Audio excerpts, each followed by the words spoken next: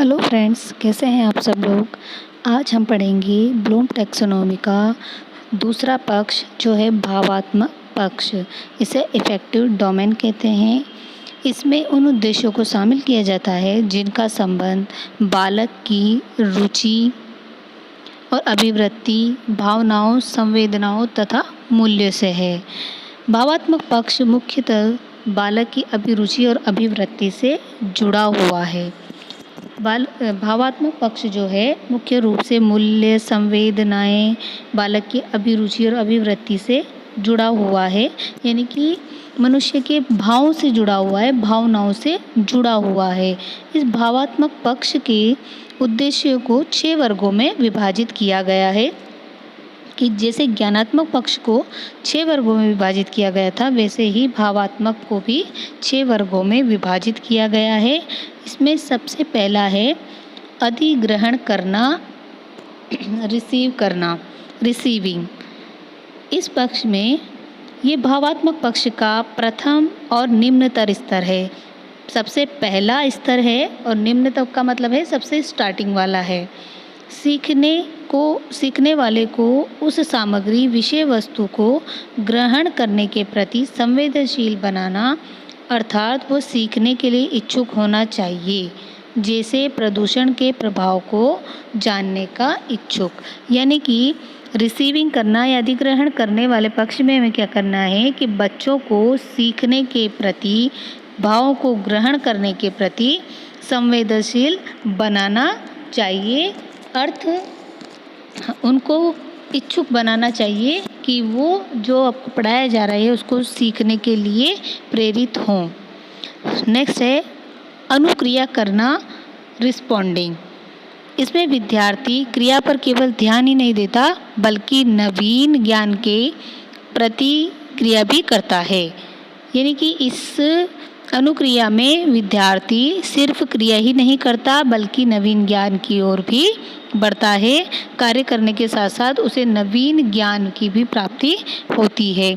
इस उद्देश्य की प्राप्ति पर विद्यार्थी क्रिया में पूर्ण रूप से संलग्न हो जाता है और अपनी संतुष्टि के लिए कार्य करता है। पूर्ण रूप से संलग्न होकर कार्य करता है जिससे कि विद्यार्थी अपने कार्य में सफल हो जाए और कार्य में सफल होने पर उन्हें संतुष्टि की प्राप्ति हो जाती है। जैसे विज्ञान की विभिन्न पाठ्य सहगामी क्रियाओं में स्वयं को व्यस्त रखना, जैसे साइंस की कोई भी एक्टिविटी होती है उनमें बच्चे भाग लेते हैं, क्रिया करते हैं और नवीन ज्ञान की तरफ बढ़ते हैं। भावात्मक पक्ष का थर्ड स्टेप है मूल्य आंकना या मूल्य, वैल्यू। इस उद्देश्य का व्यक्ति के विश्वास और अभिवृत्तियों पर आधारित है। इसका संबंध मूल्यों के प्रति स्वीकृति व आस्था से है। इसके 3 स्तर है: मूल्यों को ग्रहण करना, मूल्यों के लिए वरीयता और मूल्यों के लिए वचनबद्धता। मूल्य को आंकना, ये उद्देश्य क्या करता है कि व्यक्ति की किसी मूल्य पर विश्वास या अभिवृत्ति है उस पर आधारित है।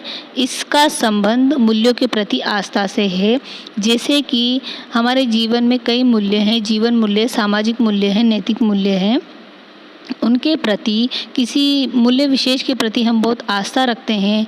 जैसे आपने सुना होगा, बहुत से व्यक्ति बोलते हैं कभी झूठ नहीं बोलते हैं, कभी दुराचार नहीं करते हैं। तो किसी पर्टिकुलर मूल्य के प्रति आस्था रखना। और इसके भी 3 स्तर बताए गए हैं कि सबसे पहले मूल्यों को ग्रहण करना, और हम अपने जीवन में कई सारे मूल्यों को ग्रहण करके रखते हैं जो सदाचार से संबंधित होते हैं। उनमें से किसी एक मूल्य को वरीयता देना, जिसे किसी के जीवन में होता है ना कि मैं कभी जीवन में झूठ नहीं बोलता हूँ, तो उन्होंने क्या कर रखा है, जीवन में किसी एक मूल्य को वरीयता दे रखी है। मूल्यों के लिए वचनबद्धता, जो मूल्य अपने जीवन में उन्होंने अंगीकृत कर रखे हैं उनके प्रति वचनबद्ध रहते हैं। नेक्स्ट है मूल्यों का संधारण। निरंतरता और स्थायित्व मूल्य का आवश्यक अंग है। इस पर व्यक्ति पुराने मूल्य एवं नवीन मूल्यों में संबंध पहचानता है। ये विश्लेषण, विभेदीकरण और सामान्यीकरण द्वारा विभिन्न मूल्यों का तुलनात्मक मूल्यांकन करता है। मूल्यों का संधारण का मतलब क्या है कि मूल्यों में स्थायित्व और निरंतरता। मूल्य हमारे जीवन में निरंतर चलते रहते हैं और कुछ मूल्य हमारे जीवन में स्थायी रूप से घर कर लेते हैं, जो हमारे जीवन के साथ हमेशा बने रहते हैं।